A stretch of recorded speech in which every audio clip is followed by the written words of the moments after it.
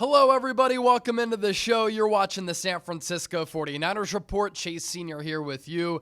And as always, no matter where you are, how you're tuned in, thank you so much for making today's show a part of your day.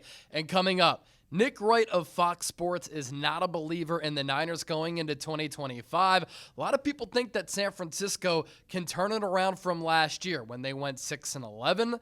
They faltered down the stretch. It got really ugly. They, of course, didn't make the playoffs a year after they made it to the Super Bowl, and they were a couple of plays away from taking down the Kansas City Chiefs in the Super Bowl. So I'm going to explain why I think Nick Wright is wrong with that assessment. Before we do all of that, you know what I need you to do.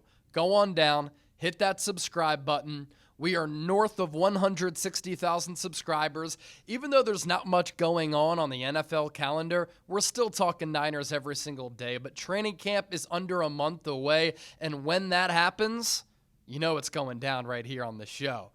Daily coverage of the Niners, and anytime I'm in front of a camera on a microphone talking about San Francisco, I want this content to be as insightful, informative, entertaining, thought-provoking as possible, and I always want you to have a voice. So make the right choice and subscribe today. So Nick Wright on FS1 in a conversation with Chris Broussard and Kevin Wildes on their show said this about the Niners heading into this upcoming season. Quote, "Everybody except for me can keep pretending the Niners are going to be awesome. They're not. The argument for everybody that loves the Niners next year is because they play bad teams. I think there are a lot of ominous signs for the Niners that they're going to magically go from 6 wins to 11 or 12 wins the way that a lot of people think. So he doesn't think that San Francisco can go from 6-11 and reverse that record to 11-6. Hopefully I phrased that correctly. If not, you probably got it the second go around. He also added how Brandon Ayuk is their best pass catcher, he's unhappy, and he's injured.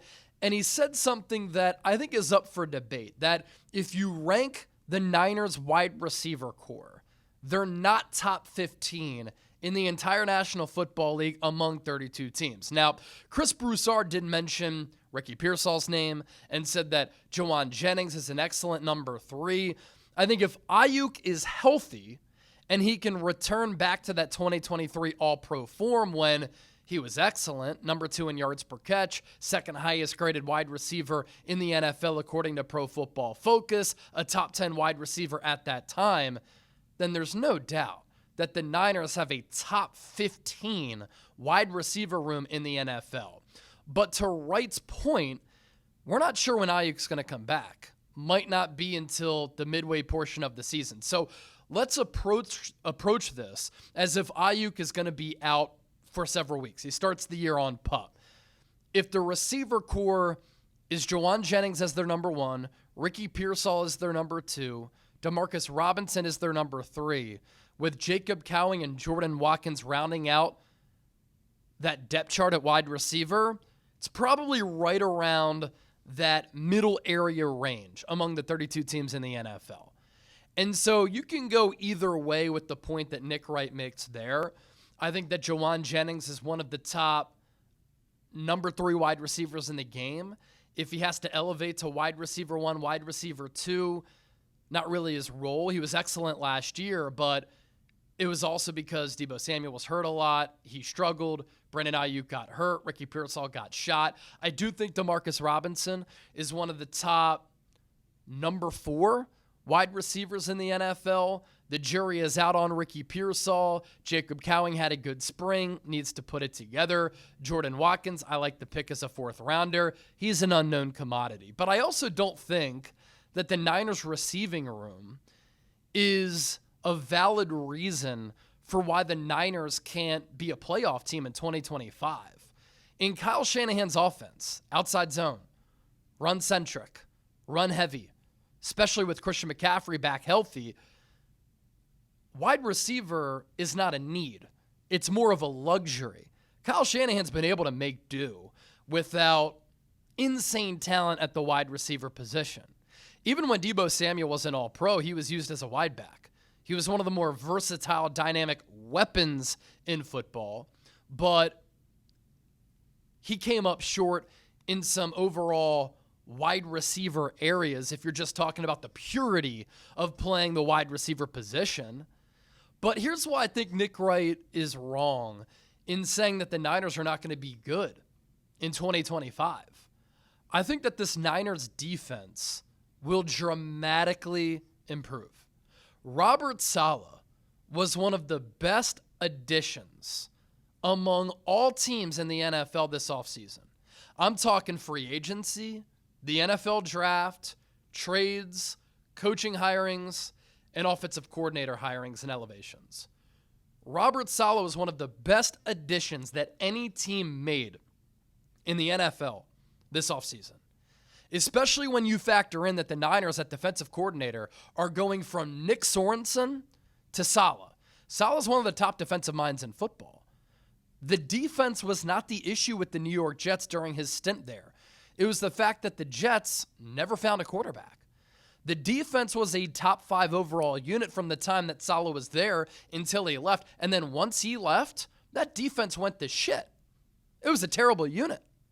And so when you upgrade from Nick Sorensen to Robert Saleh, that's like going from your cute high school sweetheart who was a good athlete, maybe a cheerleader, a 5'10", and then you go from that to Sydney Sweeney. J-Lo in her prime. She's kind of still in her prime. It's actually crazy. The point here being dramatic, huge, massive upgrade for San Francisco on a pivotal side of the ball. The Niners were one of the worst defenses in the NFL last year. They didn't give up a lot of yards, but a big reason for that, they gave up short fields. They were awful on third down, bad in the red zone. They were a bad rush defense, couldn't really get after the quarterback consistently. They were also very hurt.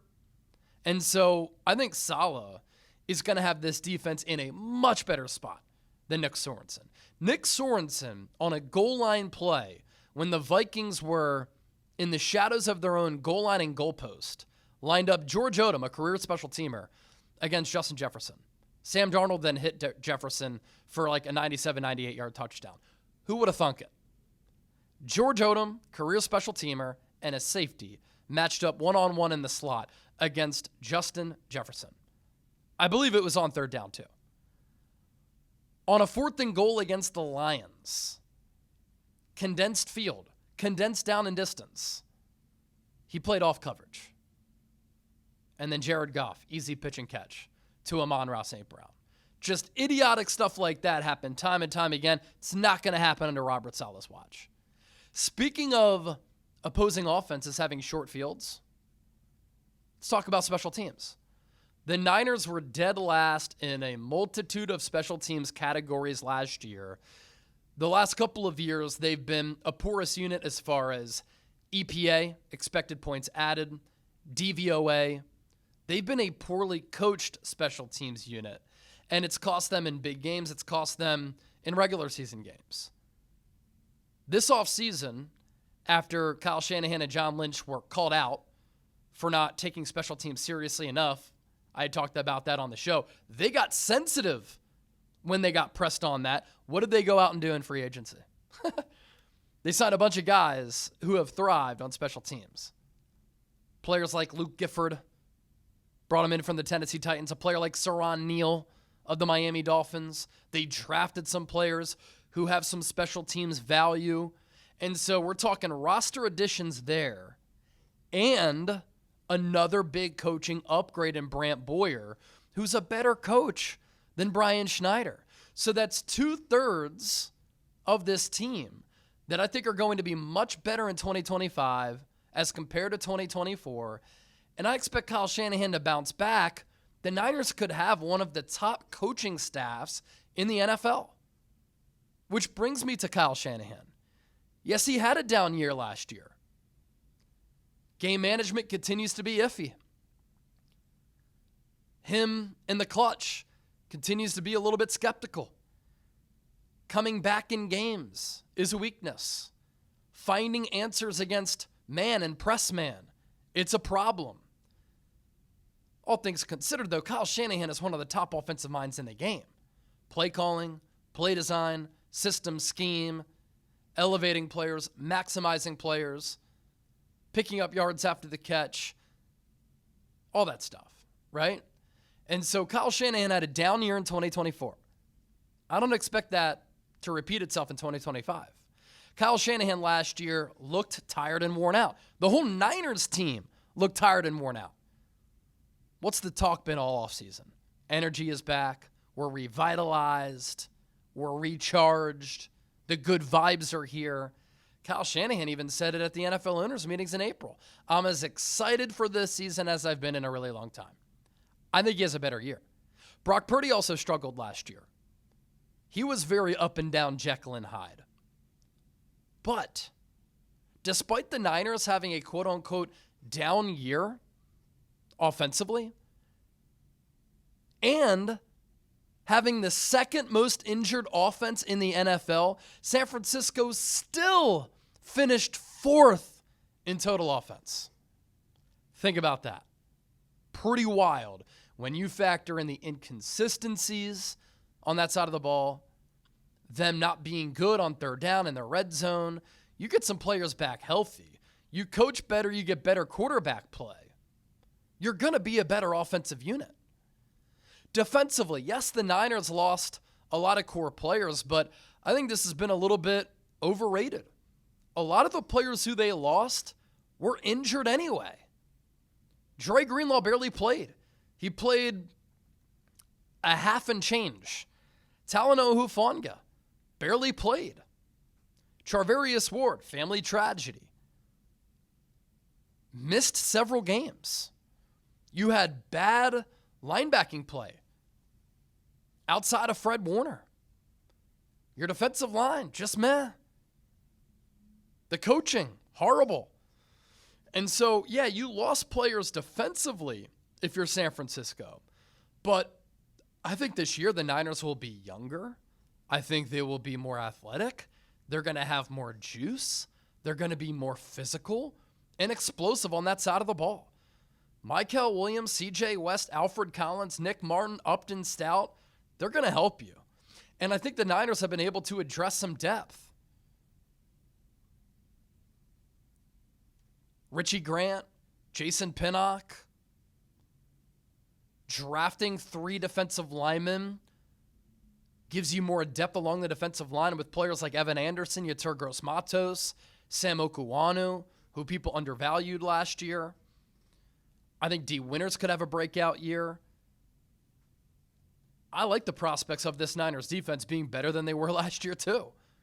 And offense, and special teams. So we're talking 3 phases of the game that I think are going to be a lot better this upcoming season. And then Nick Wright mentioned the schedule, right? In saying a lot of people think that the schedule is the reason why the Niners can go from 6-11 to 11 or 12 wins. The schedule does matter. It's the easiest schedule in the NFL. And with you playing younger players, that's going to help their learning curve early in the year. Your elite coaching is going to trump other teams who don't have the level of coaching that you have. Sometimes you can win just based upon that alone. So an easy schedule, which is the easiest in the NFL, based upon Vegas forecasted win totals, winning percentages from teams last year, I think that benefits, boosts, and helps out San Francisco. And I think that could allow them to reverse their record from 6-11 to 11-6. They also had that historic rest disadvantage last year. What was the final tally? -28. It's plus 8, 9, 10, 11 this year. And they're not coming off a year in which human nature played a role. Heartbreak played a role. Fatigue, physically and mentally, played a role where they lost in overtime in the Super Bowl. So I think them feeling recharged a little bit can help them out. And then there's also this, right? This is still a team that features a ton of talent. Brock Purdy at quarterback, Christian McCaffrey, Isaac Guerendo, Jordan James at running back, Trent Williams at left tackle, George Kittle at tight end, Kyle Shanahan designing the offense and calling the plays, Brandon Ayuk if he can come back, Ricky Pearsall, Jawan Jennings, Demarcus Robinson, Dominic Pooney at right guard. He's a top 10 guard in football. Now, I don't love their left guard, center, right tackle situation. Kyle Shanahan's been able to scheme around that. I disagree with that strategy. Those of you who watch the show know. I wish the Niners would value the offensive line more, but Kyle Shanahan has a track record of at least coaching around that, although sometimes it's bit them in big games. But we're talking about the Niners being a playoff team. I don't think the offensive line keeps them from being a playoff team. Defensively, the aforementioned rookies, right? I like those players. You still have Nick Bosa, Fred Warner, Deommodore Lenoir, Malik Mustafa, Jair Brown once they come back. There is some talent on this team. Let's not act like they are bereft of talent. And you combine all of this with the fact that the NFC West is wide open, Niners can win the division. Now, I think the Rams are slightly better. The Rams were the only team that gave the Eagles a real test in the playoffs last year en route to Philadelphia winning the Super Bowl, and they shellacked the Kansas City Chiefs. But the Rams are a team that the Niners can beat. The Niners can be better than the Seahawks. The Niners can be better than the Arizona Cardinals. It's not out of the realm of possibility or crazy to say that San Francisco can win the NFC West for what would be the third time in 4 years. Won it in 2022, won it in 2023. They could win it again in 2025. So I think Nick Wright is off on this. You know, historically, he's been wrong about the Niners and kind of a hater on the Niners, especially because he's a Chiefs fan. I think he plays into that a little bit. I think he's an excellent sports mind. You know, when I watch sports broadcasters, one thing I model myself after is trying to make people think, providing thought-provoking analysis, being informative, being insightful. I think Nick Wright does that, but I just think he's wrong in his assessment of the 49ers going into 2025. What do you think? Can the Niners make the playoffs? I'll leave you with that. Get your predictions in. Is Nick Wright right, or is Nick Wright wrong? Type right or wrong down in the comment section. Thanks for watching. Don't forget to subscribe and enjoy the NBA draft if you're into hoops.